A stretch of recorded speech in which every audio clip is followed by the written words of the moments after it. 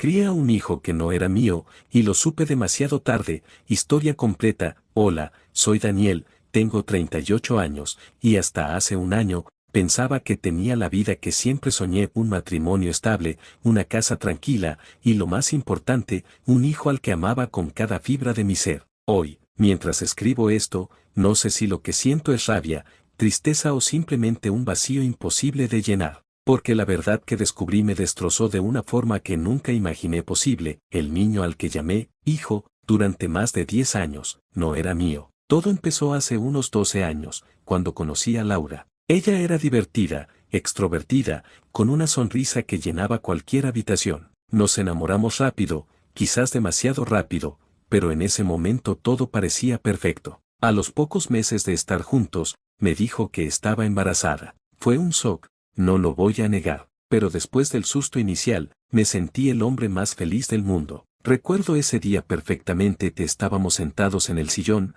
con las pruebas en la mano, y yo le dije, no importa si fue planeado o no, vamos a hacerlo funcionar. Ella lloró, me abrazó, y dijo que nunca había estado tan segura de amar a alguien. Durante el embarazo, hice todo lo posible por ser el mejor compañero, la acompañé a cada consulta, aprendí sobre lactancia, sobre pañales, sobre cómo ser padre. Cuando nació, mi hijo, llamémoslo Mateo, lloré como nunca antes. Sentí que todo tenía sentido. Lo tuve en mis brazos y prometí que lo protegería siempre. Los años pasaron y yo era ese padre que no se perdía un festival escolar, que jugaba con él cada tarde, que lo llevaba a fútbol los fines de semana. Cada pequeño logro suyo era mi orgullo más grande. Laura y yo teníamos nuestros problemas, claro, pero nada fuera de lo común, o al menos eso creía. Pero algo empezó a cambiar. Con el tiempo, Laura comenzó a distanciarse. Salía más seguido, decía que eran reuniones del trabajo, llegaba tarde,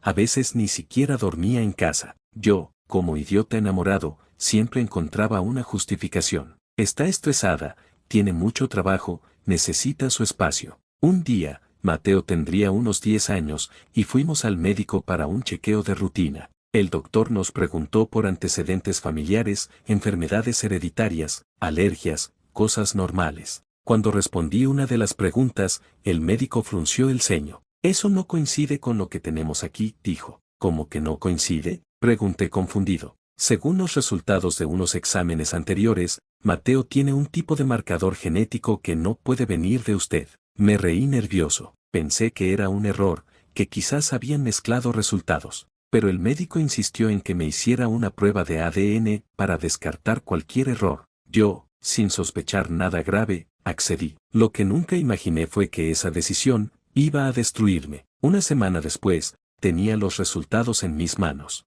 Y con ellos, toda mi vida colapsó. La prueba era clara. 0% de compatibilidad. No había margen de error. Mateo no era mi hijo biológico. Recuerdo que me quedé sentado en el auto, con las manos temblando, leyendo ese papel una y otra vez, como si al repetirlo el resultado fuera a cambiar. Lloré como nunca. No por el engaño, no por el orgullo, lloré porque ese niño, al que había amado más que a mi propia vida, era hijo de otro hombre. Esa noche confronté a Laura. Entré a casa con el sobre en la mano, el corazón en la garganta y una rabia que nunca había sentido. ¿Qué es esto?, le pregunté tirándole el resultado sobre la mesa. Se quedó en silencio. Ni siquiera intentó fingir sorpresa. Solo dijo con frialdad: supongo que ya lo sabes. Esa frase, ese maldito tono, fue el cuchillo final. ¿Quién es el padre, Laura?, grité. No importa, respondió, sin mirarme a los ojos. Tú eres el que lo ha criado, tú eres su papá. Y fue ahí, en ese instante, que entendí que la mujer con la que había compartido más de una década era una completa desconocida. Pero eso era solo el comienzo del infierno. Porque la traición de Laura no se detendría ahí, y lo que estaba por descubrir después haría que esa primera mentira pareciera un juego de niños. No dormí nada esa noche. Me quedé sentado en el sofá, con la cabeza hecha pedazos, escuchando el silencio de la casa y sintiendo como mi mundo se desmoronaba por completo. Cada rincón, cada fotografía, cada dibujo pegado en la nevera me dolía como una puñalada. No podía mirar a Mateo sin que el pecho se me cerrara. No porque lo odiara, sino porque ahora cada sonrisa suya era un recordatorio cruel de que había vivido una mentira. Al amanecer, con los ojos hinchados y la mente en caos, decidí hablar con Laura de nuevo. Necesitaba respuestas. ¿Cuánto tiempo pensaba seguir mintiéndome? Le pregunté apenas abrió los ojos. Daniel, no es tan simple, dijo con esa calma que me enfurecía más. No es tan simple. Me robaste 10 años de mi vida. Ella soltó un suspiro, como si estuviera cansada del tema. Fue un error. Pasó antes de que supiera que estaba embarazada. Pensé que eras tú, y cuando nació Mateo, no vi la necesidad de remover el pasado. Mentira. Esa explicación barata olía a excusa. Antes de saber que estabas embarazada, ¿o sabías perfectamente que no era mío y decidiste callarlo? Le escupí con rabia. Guardó silencio. Y ese silencio lo dijo todo. Días después, la rabia empezó a transformarse en otra cosa, en una necesidad insoportable de saber la verdad completa. Si Mateo no era mío, entonces ¿de quién sí lo era? Empecé a revisar cosas que nunca había tocado. Viejos mensajes en la computadora, fotos antiguas, conversaciones en redes sociales. Lo que encontré me revolvió el estómago, conversaciones con un tal Andrés, mensajes que databan de cuando ella ya estaba embarazada, declaraciones de amor, fotos juntos, y frases que lo decían todo. No puedo esperar a conocer a nuestro bebé. Daniel nunca sabrá nada, no te preocupes. Esa fue la frase que terminó de destruirme, porque ahora ya no era un error, era un plan, una decisión consciente de mentirme y usarme. La confronté de nuevo, esta vez con las pruebas en la mano. ¿Quién es Andrés? Le pregunté con la voz quebrada. Laura se quedó pálida. No tienes derecho a revolver mi pasado. No es tu pasado, Laura. Es mi vida. Es mi hijo. Finalmente, lo admitió. Andrés era un antiguo compañero de trabajo con quien había tenido una aventura. Según ella, el plan era dejarlo antes de que las cosas se complicaran, pero se enamoró. Y aunque nunca se separaron oficialmente, tampoco él quiso hacerse cargo. Sabía que tú serías mejor padre que él, me dijo, como si eso fuera un consuelo. No necesitabas engañarme para eso, le respondí con lágrimas en los ojos. Me lo hubieras dicho, y yo habría decidido si quería estar o no, pero me robaste esa decisión. A partir de ese día, la casa se volvió un campo de batalla silencioso. Yo no podía irme, no todavía. No podía mirar a Mateo y decirle, no soy tu padre, sin destrozarlo. Y, al mismo tiempo, quedarme me consumía lentamente. Lo más irónico de todo es que Mateo notó el cambio. Una noche, mientras intentaba fingir normalidad leyendo un cuento antes de dormir, me miró con esos ojos enormes y me preguntó, ¿por qué ya no me abrazas como antes? Y fue como si el corazón se me rompiera por segunda vez, porque no era culpa suya. Él no pidió nacer en medio de una mentira. Él no sabía nada. Y en medio de todo el dolor, seguía siendo ese niño al que yo amaba más que a mi vida. Con el paso de las semanas, Laura empezó a actuar como si nada hubiera pasado. Incluso intentó que lo superara, por el bien de la familia. Podemos seguir adelante, me decía. Mateo te ama, y eso es lo único que importa. Pero cada vez que la escuchaba, me hervía la sangre. Porque no era solo Mateo. Era mi vida, mi confianza, mi dignidad.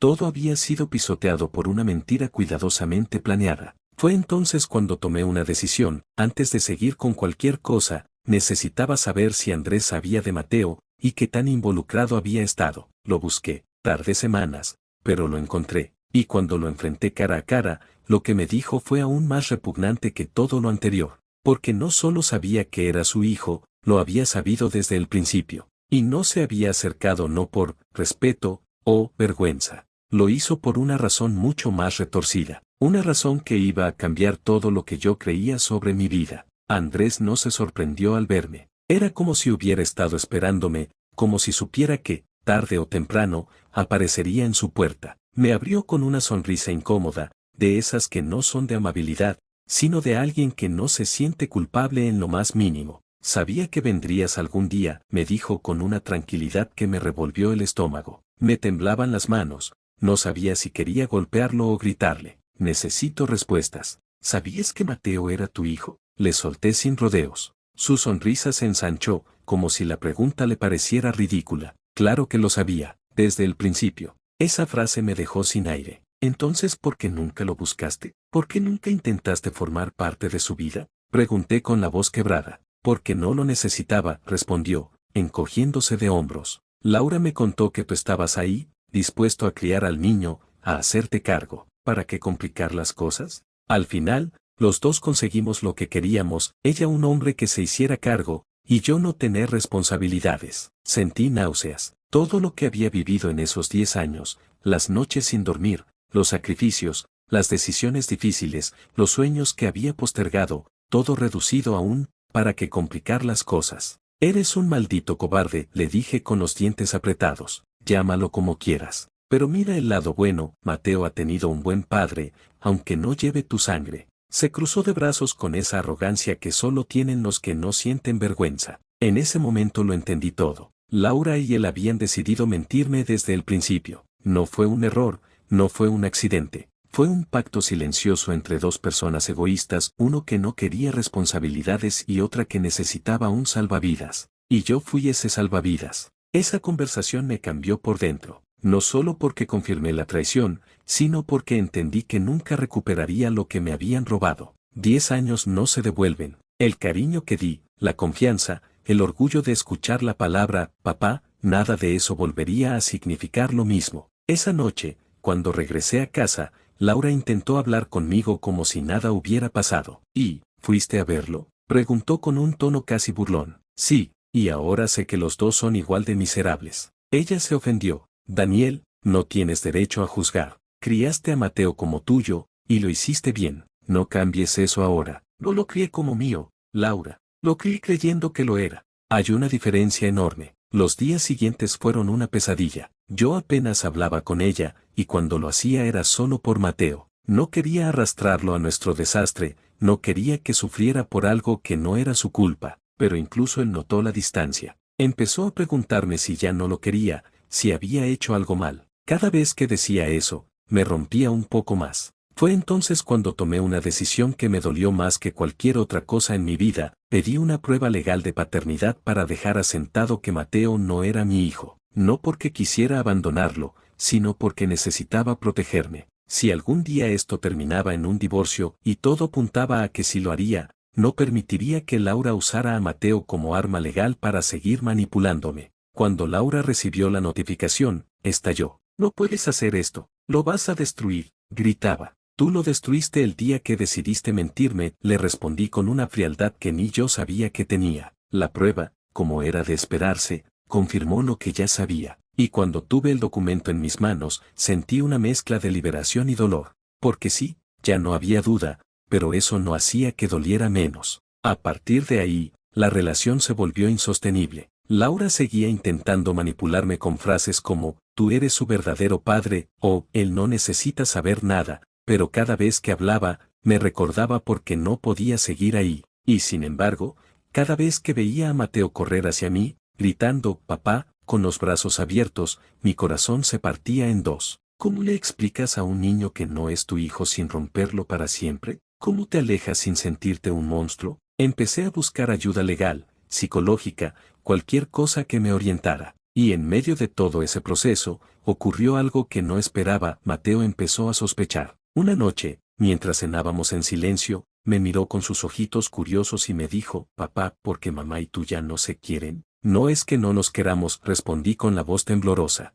Es que a veces los adultos cometemos errores que son difíciles de arreglar. Lo abracé esa noche más fuerte que nunca, porque aunque mi mundo estuviera en ruinas, él seguía siendo el niño que corría a abrazarme cuando tenía miedo, el que buscaba mi mano al cruzar la calle, el que creía que yo podía arreglar cualquier cosa. Pero lo que no sabía, era que su madre estaba planeando algo que haría aún más difícil todo lo que venía. Algo que no solo complicaría la separación, sino que podría quitarme lo único que todavía me mantenía en pie, el derecho de verlo. Cuando decidí separarme de Laura, pensé que lo más difícil sería dejar la casa donde cría a Mateo o acostumbrarme a no verlo todos los días. Pero no tenía idea de lo que ella era capaz de hacer para salirse con la suya. Una mañana, mientras tomaba café en mi pequeño departamento nuevo, recibí una notificación legal. Laura estaba demandándome por pensión alimenticia. Sí, leíste bien, por pensión. A pesar de que ya existía una prueba que confirmaba que Mateo no era mi hijo biológico, su abogado argumentaba que había sido su figura paterna durante casi 11 años, y por lo tanto, tenía obligaciones morales y legales hacia él. Sentí que el piso desaparecía bajo mis pies. Me había preparado para una batalla emocional, pero no para una legal. Fui directo a hablar con ella. ¿En serio vas a hacer esto? Pregunté al verla en la puerta con una expresión de falsa calma. No estoy haciendo nada malo, Daniel. Mateo te ve como su papá, lo amas, lo criaste. Tienes responsabilidades, respondió con esa frialdad que me hacía preguntarme si alguna vez me había querido. ¿No lo amas tú? Grité, incapaz de contenerme. Si lo amaras, no lo usarías así, pero ella ya había tomado su decisión. Esto no se trataba de Mateo, se trataba de castigarme por haberla dejado, de recordarme que, aunque descubriera la verdad, seguía atrapado. La batalla legal fue un infierno. Mi abogado me explicó que, aunque la biología estuviera de mi lado, en muchos casos los jueces consideraban la figura paterna, de hecho, como suficiente para establecer obligaciones. Lo que había hecho por amor podía ahora convertirse en una condena. Durante el juicio, Laura declaró que yo era el único padre que Mateo conocía, que romper el vínculo sería traumático para él. Y cuando Mateo fue llamado a declarar, algo que yo había rogado que no sucediera, me miró confundido desde el estrado y preguntó con voz temblorosa, ¿por qué papá no quiere verme más? Ese momento me destruyó, porque no había manera de explicarle la verdad sin aplastarlo. Él no tenía la culpa de nada, no había elegido a su madre ni sus mentiras, solo era un niño atrapado en un mundo de adultos egoístas. La decisión del juez fue un golpe directo al pecho, debía seguir contribuyendo económicamente a su crianza, al menos hasta que cumpliera la mayoría de edad. No era el desenlace que esperaba, pero en el fondo, tampoco era algo que estuviera dispuesto a negarle. Lo amaba, con rabia, con dolor, pero lo amaba. Con el tiempo, Mateo comenzó a notar los cambios. Ya no dormía en casa, ya no desayunábamos juntos, ya no iba a cada partido de fútbol. A veces lloraba y me pedía que volviera. Otras veces simplemente me abrazaba sin decir nada. Era como si supiera que algo enorme estaba mal, pero no pudiera ponerle nombre. Y entonces, Laura dio un paso más allá. Una tarde, recibí un mensaje inesperado de una mujer que no conocía. Se llamaba Valeria, y decía ser la hermana de Andrés, el verdadero padre biológico de Mateo. Al principio pensé que era una broma cruel, pero al leer su mensaje completo, supe que no lo era. Sé lo que Laura y mi hermano te hicieron, lo lamento, y también debes saber que él quiere demandarte por difamación por decirle a Mateo que no es tu hijo. Dice que vas a destruir su infancia. Si yo fuera tú, me prepararía. No pude dormir esa noche. Ya no se trataba solo de dinero, ni siquiera de Mateo. Se trataba de un sistema que parecía decidido a castigarme por haber sido demasiado bueno, demasiado confiado, por haber amado a alguien que no debía. Aún así, no quise desaparecer. Seguí viéndolo cada 2 fines de semana, cumpliendo con cada pago y asistiendo a sus eventos escolares. Pero algo dentro de mí cambió para siempre. Ya no era el mismo hombre que lo alzaba en brazos sin dudar. Ahora, cada abrazo llevaba una espina, el recordatorio constante de que vivía en una mentira construida por otros. Hasta que, una noche, Mateo me preguntó algo que me hizo tambalear. Papá, ¿por qué todos dicen que tengo tu carácter, pero no tu cara? Mi corazón se detuvo. Él lo sospechaba, tal vez lo había sabido desde siempre, y aunque me había prometido que jamás lo heriría con la verdad, esa pregunta cambió todo, porque por primera vez, consideré seriamente decirle todo. Esa pregunta, esa maldita pregunta quedó retumbando en mi cabeza durante semanas. Papá, ¿por qué todos dicen que tengo tu carácter, pero no tu cara? No dormí esa noche, me quedé mirándolo mientras dormía, preguntándome si era justo seguir alimentando la mentira. Por un lado, tenía miedo de destrozar su mundo. Por el otro, sentía que seguir callando era traicionar no solo mi dignidad, sino también su derecho a la verdad. Hablé con un terapeuta infantil, intentando encontrar una respuesta correcta, pero él fue claro. La pregunta no es si debes saberlo, sino cuándo y cómo. A esa edad ya perciben que algo no encaja. Tarde o temprano lo descubrirá, y si no lo oye de ti, dolerá mucho más. Eso me partió el alma, porque significaba que debía ser yo quien rompiera su burbuja. Esperé el momento adecuado. Fue un sábado en el parque, donde solíamos ir desde que era pequeño. Estábamos comiendo helado en silencio cuando decidí que no podía seguir postergándolo. Mateo, dije, con la voz más temblorosa que recuerdo haber tenido, hay algo que necesito contarte. Algo que no es fácil, pero que debes saber. Me miró con esos ojos grandes y llenos de confianza que siempre tuvo. ¿Pasa algo malo? Tragué saliva y le tomé las manos. Lo que voy a decir no cambia lo que siento por ti. Eres mi hijo. Siempre lo serás, pase lo que pase. Pero, biológicamente, no soy tu padre. El silencio que siguió fue el más pesado que he vivido en mi vida. Primero frunció el ceño,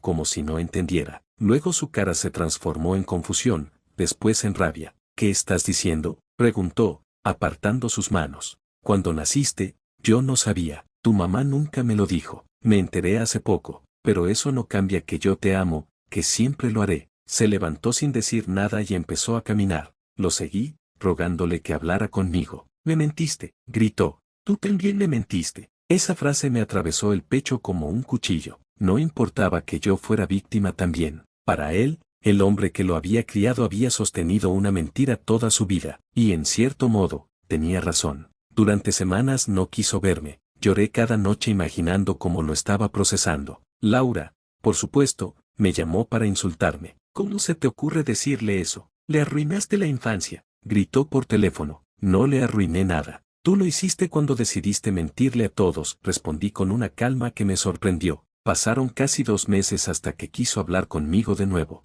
Cuando lo hizo, fue más maduro de lo que esperaba. Necesito tiempo, me dijo, sin mirarme. No sé cómo sentirme todavía, tómalo, todo el que necesites. Pero quiero que sepas algo, para mí, tú siempre serás mi hijo. Ninguna prueba puede cambiar eso. Y fue verdad.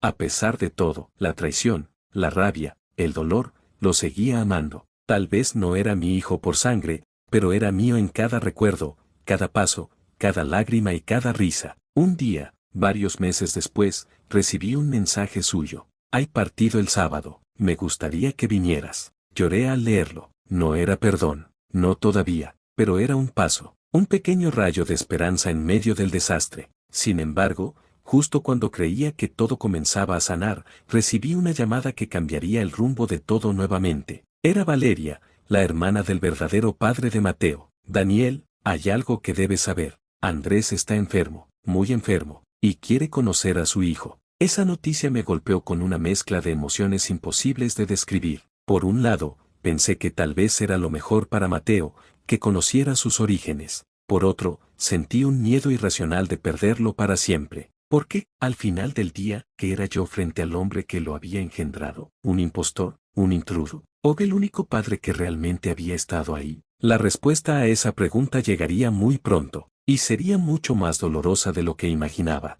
La llamada de Valeria me dejó helado. Durante años odié a un hombre al que nunca conocí, lo imaginaba como un villano, como el culpable absoluto de todo mi dolor. Pero ahora estaba ahí, moribundo, queriendo ver a su hijo antes de que fuera demasiado tarde. Pasé noches enteras sin dormir pensando qué debía hacer. Una parte de mí quería decirle que no, que él había perdido ese derecho cuando decidió desaparecer. Pero otra parte, más racional, más humana, sabía que Mateo merecía esa decisión. No era mía, era suya. Una tarde lo invité a caminar conmigo. Hablamos de cosas triviales hasta que me armé de valor. Hay algo que necesito contarte, dije con el corazón en la garganta. El hombre que es tu padre biológico, está enfermo, muy enfermo. Quiere conocerte. Mateo se detuvo y me miró con una mezcla de miedo y confusión. ¿Quieres que lo vea?, preguntó, casi en un susurro. No, no es lo que yo quiera. Lo que importa aquí es lo que tú quieras. Si decides no hacerlo,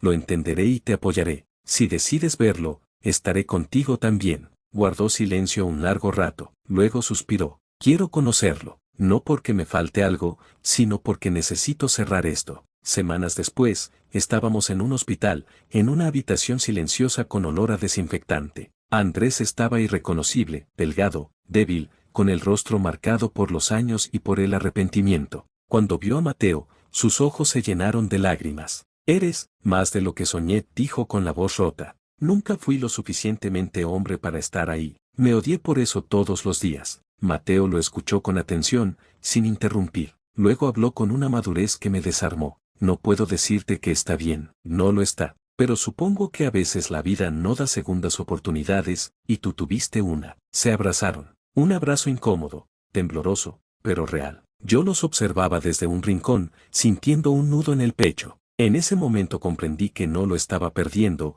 simplemente estaba compartiéndolo. Después de esa visita, Andrés falleció a las pocas semanas. Mateo asistió al funeral, no como un hijo devoto, sino como alguien que había decidido perdonar. Y ese gesto fue más grande que cualquier resentimiento. Con el tiempo, nuestra relación empezó a sanar. Ya no me llamaba papá con tanta naturalidad, pero poco a poco volvió a hacerlo. Y cada vez que lo decía, sonaba aún más significativo. Un día, ya con 18 años recién cumplidos, me pidió que lo acompañara a un evento importante en la escuela. Antes de subir al escenario, me tomó del brazo y me dijo, puede que no compartamos sangre, pero compartimos una vida, y eso es más que suficiente. Lloré como nunca, porque en ese instante entendí que no importa de dónde venimos, sino quién decide quedarse. Hoy, Mateo está en la universidad. Nos vemos cada fin de semana, salimos a comer, hablamos de todo. Nuestra relación no es perfecta, pero es real.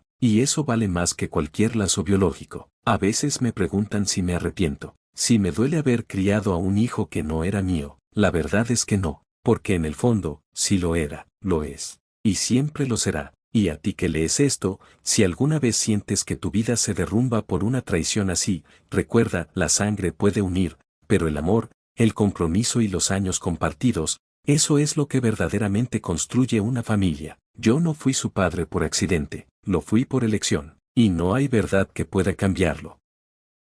Cada historia tiene un eco. ¿Escuchaste el tuyo? Dale a like, comenta, comparte y suscríbete y acompáñame en los próximos relatos. Soy Narrox, y esto es Ecos de la Cueva.